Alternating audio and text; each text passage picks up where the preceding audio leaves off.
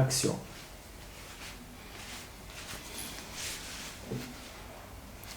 عسلامة الناس كل، ان شاء الله تكونوا لاباس. دونك فيديو جديد على قناتي على اليوتيوب. الفيديو هذا باش يكون معناها التيم نتاعو معناها تاريخي، باش نحكيو على فترة من التاريخ التونسي اللي هي فترة 1906، واللي صارت انتفاضة معناها مهمة جدا في تاريخ تونس، أعطت دفعة كبيرة للانتفاضات الأخرى اللي وصلنا معناها نحكيو على أحداث 9 أفريل ومعناها أحداث الزلاج. دونك الانتفاضة هذه ما هيش معناها واخذة صيت هام في التاريخ، ما فيهاش برشا كتابات، اللي هي انتفاضة الفلاحين سنة 1906. فما اللي يقول لها انتفاضة الفلاحين، فما اللي يقول لها انتفاضة تالا والقصرين، وأكثر اسم مشهورة به هي انتفاضة الفراشيش.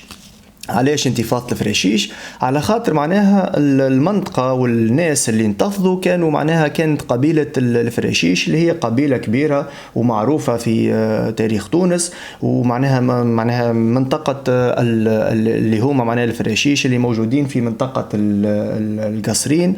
دونك الارتكاز متاعنا كالعادة على كتاب كتبوا المؤرخ الهادي التيمومي اللي هو انتفاضة تالا والقصرين 1906. معناها الهادي تيمومي كاتب معناها معروف. حطيت جوست مجموعة الكتب هذية في إطار معناها ديكوراسيون للفيديو، أما إن شاء الله معناها مبرمج إنه باش نحكي عليها، باش نحكي على معناها الأعمال متاع الهادي تيمومي، على خاطره معناها كاتب كبير برشا، ومبرمج معناها باش يكون الانطلاقي باش نعمل فيديو على الكتاب هذا كيف صار التونسيون تونسيين. دونك ما غير ما نطول عليكم في المقدمة، أدعوكم أنكم تتفرجوا على الفيديو، وكانك أول مرة معناها تتفرج على الشان متاعنا أدعوك أنك تحط أبوني على الشان وتكون معناها من المتابعين متاعنا على في الشان يوتيوب وفي الانستغرام وفي التيك توك، ومرحبا بكم. دونك انتفاضة تالا والقصرين، قلنا اللي معناها المناطق الداخلية في تونس كانت مصدر أساسي لمعناها الانتفاضات وللتمرد. ما نش نحكي فقط على فترة معناها ثورة تونسية 2011 اللي هي معناها من الجهة اللي معناها حركت هذه الأحداث، هي معناها الجهات الداخلية. لكن باش نرجع حتى للتاريخ التونسي إلى القائد يوغورتا في 1112 قبل الميلاد. معناها قاد انتفاضة كبيرة برشا في تاريخ تونس، اللي هي انتفاضة ضد معناها القائد الروماني يوغورتا، اللي هو معناها قائد بربري معناها معروف جدا. برشا انتفاضات معناها ديجا الكتاب كي بدا يحكي معناها حكي على برشا انتفاضات كانت معناها المناطق الداخلية هي المحرك لها. دونك المستعمر الفرنسي معناها كي دخل 1881 قاومته القبائل ماجر، قاوموه الفراشيش بين ظفرين. فما فيديو عملته معناها عندي 4 سنين معناها يحكي على فترة دخول المستعمر الفرنسي إلى تونس. الفيديو هذا معناها كان فيديو معناها رائع جدا بالنسبة لي، وديجا هو أكثر فيديو عمل لي معناها فيوات برشا آلاف معناها تفرجوا عليه. أدعوكم أنكم تتفرجوا عليه كانك انتريسي معناها بالفترة هيك متاع احتلال تونس. الفيديو هذاك كان ارتكاز على كتاب اسمه احتلال الدولة التونسية، والكتاب هذاك كان معناها تقرير معناها موجود في وزارة الدفاع الفرنسية في الأرشيف متاعها. فما باحث خرجوا وترجموا وحكى معناها هو تقرير بعثوه معناها القادة العسكريين اللي احتلوا تونس واللي دخلوا من الجزائر، بعثوه في إطار تقرير للدولة الفرنسية. كانك معناها انتريسي بالموضوع ذا أدعوك انك معناها ترجع تتفرج عليه الفيديو هذاك. دونك بعد ما المستعمر الفرنسي كما قلنا دخل وقوموه القبائل ماجر والفراشيش وغيرهم، وبالطبيعة بعد ما سيبون نجم انه يتغلب وارتكز. دونك توجه متاعه شنو كي نقولوا مستعمر؟ نقولوا معناها يحب يسيطر على خيرات البلاد. من بين الخيرات اللي يحب يسيطر عليها واللي موجودة في المناطق الداخلية هي الأراضي الفلاحية. دونك المستعمر الفرنسي معناها معناها رمى يده على برشا أراضي كانت على ملك شكون، على ملك القبائل، قبائل الفراشيش، واللي هي كانت أوقاف باسم القبيلة، معناها آلاف الهكتارات. تصور ناس معناها أولاد أرض، أولاد منطقة، عندهم تاريخ، يلقاو إنسان معناها غريب، إنسان محتل يتصرف هيك الأراضي هذيك. وهذا هنا قاعدين نحكيو على التمهيد متاع معناها الانتفاضة هذه.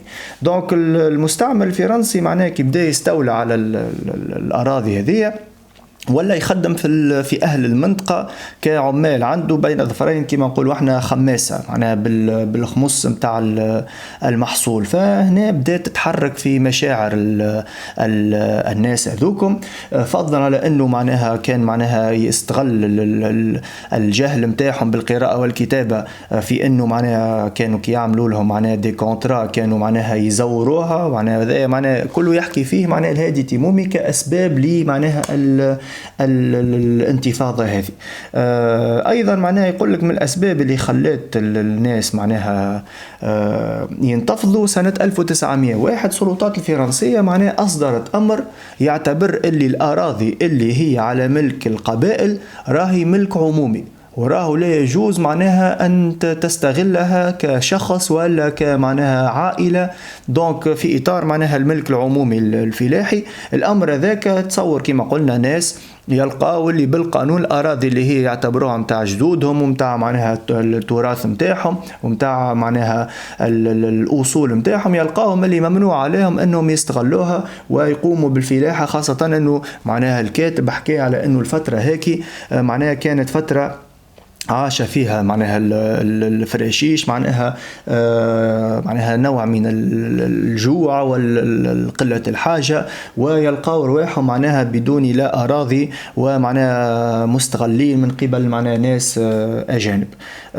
بخلاف الكتاب هذا خليني زاد باش ما ننساش تو آخر الفيديو إن شاء الله نحط لكم أول حاجة معناها الليان متاع الفيديو اللي قلت لكم عليه في الديسكريبسيون متاع الفيديو، تو نحط لكم الليان متاع الفيديو اللي قلت لكم عليه متاع احتلال الدولة التونسية، وطبعا نحط لكم زاد مقال كتبته معناها نشرته مجلة ليدرز العربية، مقال رائع جدا. هو بخلاف الكتاب هذا مفصل على خاطر مقال معناها تنجم تقراه في معناها ربع ساعة على تفاصيل متاع الانتفاضة هذه متاع تالا والقصري. دونك الانتفاضة هذه بدأت يوم 26 أفريل. يقول لك فما مجموعة من الفلاحين توجهوا إلى ضيعة معمر فرنسي اسمه لوسيان سار، حاجة كما هكا. لوسيان سار هذا كان معناها فلاح كبير معمر فرنسي جاء من فرنسا وأعطوه السلطة الفرنسية برشا أراضي، وكان معناها كان بينه وبين الأهل متاع المنطقة هاكي عداء كبير، كان معناها يستغل فيهم وكان يهينهم، وكان معناها كان بينه وبينهم معناها نوع من الحقد، هما كمواطنين معناها حاقدين عليه. وقت اللي مشاو للارض نتاعو اللي هي معناها معناها الهنشير نتاعو اللي بلاصه اسمها خنقة بولعابه في القصرين. دونك ما لقاوش غادي. يقول لك كان لوسيان سار هذا كان موجود في معناها في سوسه في اطار معناها الغرفه التجاريه بالوسط حاجه كيما هكا، هو كان ممبر فيها، فمعناها ما لقاوش. فشنو عملوا معناها المنتفضين وقتها؟ يقول لك قاموا بقتل أخيه ووالدته، ومنع معناها شو اسمه الخادم متاعه اللي هو إسباني الجنسية. يقول لك منع كيف معناها شهد ومعناها كما نقولوا هرب بجلده. معناها هذاك علاش معناها الهادي تيمومي ربط معناها اللي يقول لك من دافع الانتفاضة هذه كان فما وازع ديني. هذاك علاش معناها بعد ما مشاو معناها المنتفضين معناها الهنشير هذايا، يقول لك زاد توجهوا إلى معناها هناشر متاع معمرين أخرين، ويقول لك فما برشا معمرين في معناها نطقوا بالشهادة، فهما معناها سلموهم وما قتلوهمش. يقول لك معناها بعد الانتفاضة هذه اللي هي في القصرين، يقول لك من النهار اللي من بعد كانوا ناويين يمشيوا للتالة اللي فيها زاد برشا معمرين، لكن السلطات الفرنسية وصل لها الخبر، فبعثت معناها مدد من العاصمة التونسية وبعثت مدد من الجزائر، وصلوا لهم معناها العساكر وخذوا احتياطاتهم. كي مشاو الفراشيش معناها لقوهم مستعدين، ومن غادي تم إخماد معناها هذه الانتفاضة اللي اللي ماتوا فيها أكثر من 12 معناها تونسي، وفما معناها إحصائيات تقول لك اللي هما 20، على خاطر السلطة الفرنسية معناها اعتبرت اللي القضية هذه اعتبرتها كمعناها قضية معناها قضية حق عام، اعتبروا اللي المتمردين ماهيش انتفاضة، ماهيش معناها دافع معناها وطني، ماهيش ثورة، ماهيش احتجاج، هي معناها عمل متاع معناها ناس تبراكي وناس معناها تسرق وتقتل. خرجوا الموضوع من إطاره معناها الوطني. هذاك علاش فما صحفية فرنسية جات معناها لتونس، معناها هذا الكل موجود في الملاحق، دونك وحكيت على الانتفاضة وكانت معناها مناصرة للموقف متاع التوانسة، واعتبرت اللي الانتفاضة هذه راهي معناها دافع وطني، ماهيش عملية سرقة. وذاك علاش معناها نوريكم كيفاش معناها فما ملحق اللي الوالي متاع المنطقة هاكي متاع تالا ظهر لي كي بعث الوالي اللي هو القايد قبل يقولوا له، بعث تقرير معناها موجود في الملحق هذا، نقراوه ونشوفوا معناها التفاصيل متاع هذا. دونك ماتوا 12 قتلوا 12 تونسي، دفنوهم في معناها حفرة معروفة لليوم في المنطقة هاكي اسمها حفرة الأثناش، يقول لك اللي هي مقبرة جماعية معناها دفنوا فيها في نفس الوقت اللي قاموا بالانتفاضة هذه. دونك فما شخص شاب معناها قاد الانتفاضة هذه اللي هو اسمه عمر ابن عثمان، واللي هو شاب معناها كان كما نقولوا احنا على باب الله، بمعنى انه شخص بسيط، كانوا يعتبروه اللي هو ولي صالح، وكانوا معناها كان ماهوش قاري وماهوش متعلم برشا، لكن يراوه معناها صاحب كرامات وشخص معناها بسيط، رغم اللي ما كانش معناها قائد في او معناها شيخ في معناها شو اسمهم الصوفيه اللي هما معناها الزوايا، ما كانش معناها شيخ في زاويه. وتنشوفوا معناها شنو قال الهادي التمومي على الصوفيين فيما في علاقتهم معناها الشيوخ الزوايا في علاقتهم بالانتفاضه هذه. وهنا معناها باش نحاول اني نقرا لكم معناها فما بارتي حكى الهادي التمومي معناها على موقف الزوايا. يقول لك الهادي التمومي صفحة 166، يقول لك لم يلتف المنتفضون حول شيوخ الطريقة الرحمانية أو القادرية بالجهة، بل فضلوا عليهم وليا فقيرا وأجنبيا اللي هو ذي عمر بن عثمان، واللي هو يقول لك كان أصله معناه جزائري، وذلك بالرغم من أن الأزهري ابن الولي الشهير مصطفى بن عزوز كان يدير زاويتين في المنطقة، واحدة بتالة وأخرى بالقصرين، ويعود عزوف الفراشيش عن ممثلي الطرق إلى ما عرف به هؤلاء من ولاء تام للاستعمار. وهنا معناها برشا ناس ربما معناها باش تقلقها النقطة هذه اللي معناها الشيوخ الزوايا الصوفية معناها راهم كانوا معناها ضد أو معناها كانوا ما تكلموش ضد المستعمر الفرنسي. هذاك علاش معناها حتى بعد الاستقلال التونسي كيف معناها وقع معناها تنحية الأحباس من الزوايا، وقع تهميشهم، معناها الشعب معناها ما جاش في صفهم. عمر بن عثمان هذا حكموا عليه 20 سنة معناها أعمال شاقة، ثم بعد ذلك توفي سنة 1907، يعني بعد سنة من الأحداث هذه. للأسف معناها الانتفاضة هذه كما قلنا ما قعدش عندها صيت واسع في معناها التاريخ التونسي، معناها ما نعرفوهاش كما قلنا، نعرفوا أحداث الزلاج وأحداث الترامواي وأحداث معناها 9 أبريل. معناها فما شكون أرجع هذا الأمر لي معناها تهميش الفلاحين عبر التاريخ. الهادي تيمومي يقول لك معناها يقول لك فما معناها مؤرخين للأسف معناها ديما التهميش والحجرة للفلاح المناطق الداخلية وصلت حتى للفلاحين للكتاب والمؤرخين. يقول لك معناها أحمد بن وبي ضياف وابن خلدون والمسعودي وبرشا معناها مؤرخين يقول لك كانت صفحاتهم في التاريخ تنظر معناها نظرة دونية للفلاح. هذاك علاش معناها لليوم معناها ديما التاريخ اللي وصلنا تاريخ المدن وتاريخ الحضر أكثر أكثر من اللي يوصل لنا معناها معناها التاريخ متاع القبائل التونسية وكل شيء. وأدعوكم ديجا اللي ينترسيه باش إنه معناها يطلع على القبائل التونسية اللي هي معناها فيها تاريخ كبير برشا، وكل قبيلة شنو الألقاب اللي ترجع لها والمناطق اللي ترجع لها. أدعوكم أنكم تتفرجوا على معناها سلسلة اللي عاملها حمزة البلومي في القناة متاعه، اللي هي سلسلة معناها للتاريخ، واللي يحكي فيها معناها على فما حلقة يحكي مع الأستاذ بطبيعة عبد الواحد المكني، فما حلقة تحكي على معناها تاريخ القبائل التونسية. دونك نزيدو نرجعوا للكتاب هذا. الكاتب من الأول معناها الكتاب اسمه انتفاضة القصرين وتالا، كان يكون الكتاب متاعه اسمه قبيلة الفراشيش، على خاطر معناها حكى برشا تفاصيل على معناها قبيلة الفراشيش وين كانوا يسكنوا، وبرشا معناها معلومات أخرى تاريخية مهمة في تاريخ تونس، اللي منها مثلا أنه تونس كانوا قبل كانت فيها الأسود. دونك حكى انه فما مؤرخ الماني جاء 1835 لتونس، وحكى على انه المنطقه فما منطقه وصفها في معناها في منطقه قبيله الفراشيش اللي كانت معناها تعيش فيها الاسود. حب هو وقتها يحكي المؤرخ يقول قاي شنو علاقه الاسود، حب يحكي انه راهي معناها البلاصه هذيك غير اهله بالسكان، وربط انه لو كان ما جاوش يعيشوا فيها الاسود راهو معناها راهي أهلة بالسكان. من الحاجات اللي حكي عليهم معناها الهادي تيمومي في الكتاب هذايا، واللي هي معناها نقطة مهمة جدا في الإدارة التونسية، يقول لك أحمد ابن أبي ضياف حكى أنه من الأسباب اللي جعلت المحتل الفرنسي يدخل إلى تونس، ومن من أسباب معناها دخول المستعمر الفرنسي إلى تونس، أنه تم المس بشنو المس بالإدارة التونسية، وتم تعبئتها بمعناها ناس ما عندهم حتى وظيفة، فقط ياخذوا في الرواتب وفي الرواتب نتاعهم في الشهري.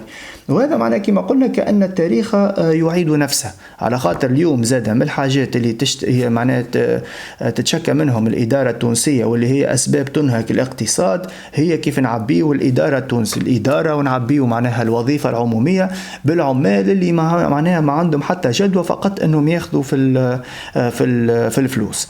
وهذا كما قلنا حكي عليه ابن أبي ضياف، يقول لك معناها بعد فشل أحمد باي وصلت الدولة سياسة المركزية السياسية، لكن بطرق أقل صرامة، وأهمها تكثيف الهياكل الإدارية، أي كما قال المؤرخ ابن أبي ضياف زيادة الخطط المستغنى عنها ولا داعي لها إلا نفع أصحابها بمرتبها. هذا كما قلنا كأن تاريخ يعيد نفسه. احنا اليوم نتشكاو من المشكلة متاع انه فما برشا معناها موظفين، ومعناها انه الوظيفة العمومية معبية بأشخاص معناها ما همش قاعدين يقوموا بدور، حتى معناها تم إثبات اللي فما ناس تاخو في شهري وما هيش قاعد تباشر في العمل بتاعها. التاريخ معناها يعيد نفسه، كان هذا معناها حتى منذ معناها فترة ما قبل احتلال الدولة التونسية.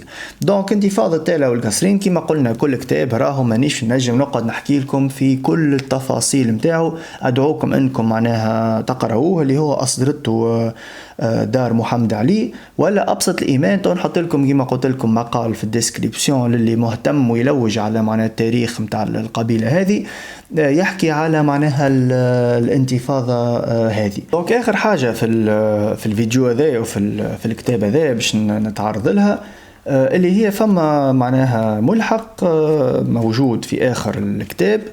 الملحق هذا فيه معناها تقرير كتبوا القايد متاع منطقة تالا، كتبوا كتقرير معناها بعثوا للسلطات الفرنسية، حكى فيه معناها على كل التفاصيل متاع الواقع هذه. دونك القايد هذا اسمه محمد الهادي الجيلاني، واللي هو معناها شخصية معناها سيئة الذكر في التاريخ التونسي، على خاطر معناها كان شديد على معناها أهل المنطقة هاكي، باعتباره معناها كان مواليا للسلطات الفرنسية. دونك التقرير هذا كتبه في 30 جوان 1906. التقرير هذا معناها كل التفاصيل على معناها الأحداث متاع انتفاضة الفراشيش 1906. دوك يقول لك رأينا جماعة من الأعراب راجلين نازلين من الطريق المخدوم الموصل من القصرين لتالى، وكان عددهم يقرب من 30 نفرا.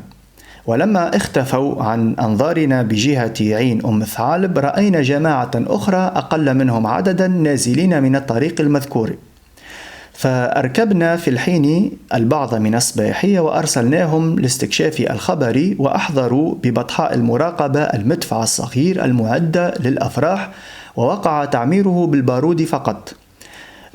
وبعد حين رجعت صباحية الموجهة راكضين وأعلمون بأن القادمين من الأعراب يهللون، وطلبوا منهم الشهادة، ووجهوا نحوهم بعض بنادق بأيديهم.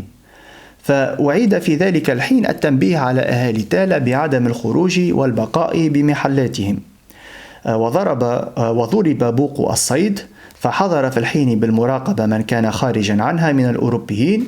وهناك رأينا جماعة يقرب عددهم من 15 إلى 20 نفرا، وصلوا نحو قباء الجسور والطرقات، ومروا مع الطريق بدون سرعة قاصدين تالى. ولما كانوا في وسط المسافة الفاصلة بين قباء الجسور والطرقات المتقدم ذكره، طرقات متقدم ذكره مكتوبة ما هي بالطبيعة ذكرها، وأول دار من ديار هذه القرية وهي دار المسيو أوليفييه، صرخ المدفع إعلاما لهم، وأذن برفع علم المراقبة فرفع. وفي ذلك الحين وقف القادمون حصة قليلة جدا، حتى ظن البعض منا أنهم تخوفوا، ثم تقدموا مرة أخرى، فابتدأ الصراخ عليهم من الطاق الأعلى، وابتدأ الصراخ من الطاق الأسفل، فوقفوا مرة أخرى حصة قليلة جدا. ورأى البعض منا ممن كان بيده مرآة مقربة اللي هي جمال إشارات منهم، فظن أنهم يشيرون بعدم الصراخ. ورأينا في ذلك الحين دخانا واحدا أو اثنين خرج منهم، فعلمنا أنهم صرخوا أيضا، وكانوا على مسافة 708 متر من المراقبة. ثم استمروا وتستروا علينا ببناءات القرية المصطفى صفا واحدا من دار مسيو أوليفييه إلى طرف ساحة تالى من جهة بستان المراقبة. ولما قربوا من الظهور بالطريق سمعنا أصواتهم يهللون، وعندما مروا أمام دار سي محمد الصالح الشافعي المعروفة بالأوتيل وظهروا بالطريق ابتدأ الصراخ عليهم، وكانوا مارين مهللين مجتمعين بأيديهم سلاح وعصي ماشين خطوات مرتبة على تهليلهم بدون سرعة. وهنا معناها حب يحكي اللي راهو معناها الانتفاضة هذه كانت معناها تكاد تكون انتفاضة روحية، وتنشوفوا معناها كيفاش يقول لك المنتفضين وقت اللي ضربوهم بالرصاص يقول لك لا كانوا يعيطوا، لا كانوا معناها تكاد تكون معناها كالتخمير الصوفي. وأخذ الرصاص يشق بينهم وهم ساقطون، ولم يسارعوا في المشي ولم يصرخوا. كان بلغني أنه صدر منهم صراخ أو اثنين، لكن تبين من البحث الذي أجريته بكيفية مدققة أنه لم يصدر منهم ولو صراخ واحد.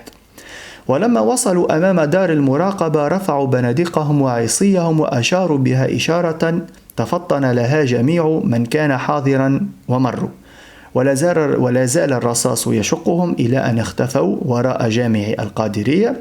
كل ذلك وهم مارين بالطريق بدون أن يسارعوا في مشيهم وبدون أن يقصدوا دار المراقبة. وبعد مرورهم بمدة قليلة رجع نفر واحد بيده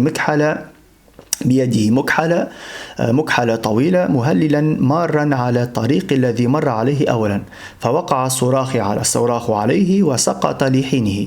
ثم قدمت أهالي تالى ومعهم عدة أنفار نحو 4 أو 5 منهم الجريح والسالم، ألقوا عليهم القبض عند مرورهم بعد موت رقبائهم، حيث كانوا غير مسلحين. أما النفر الذين رجع وحده وقتل كما تقدم فبلغني أنه بقي وحده مارا إلى أن وصل أمام محلات حراس الغابة، ثم رجع فاعترضه سكان خائفين منه حيث كان مسلحا، وخاطبوه بأن يرجع ويذهب في حال سبيله، فلم يجبهم إلا بالتهليل.